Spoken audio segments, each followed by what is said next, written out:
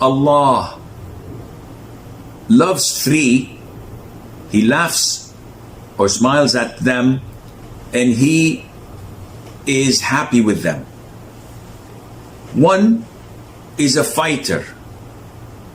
When his battalion runs away from the battlefield, he attacks the enemy alone.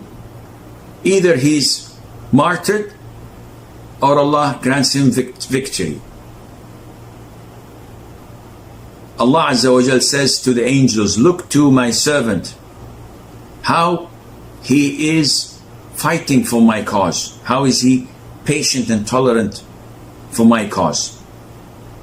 The second category, a man having a beautiful woman in a comfortable bed, wakes up in the middle of the night, Allah says he abandons his desire and remembers me, and if he wishes he would have continued sleeping.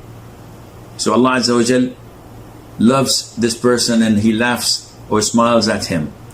And thirdly, a group in travel, so they ride, and late at night they go to sleep while he stands up in prayer, whether at ease or in hardship. These are the three types that Allah smiles to or laughs to, and Allah loves Azza wa Jal. May Allah make me and you one of them.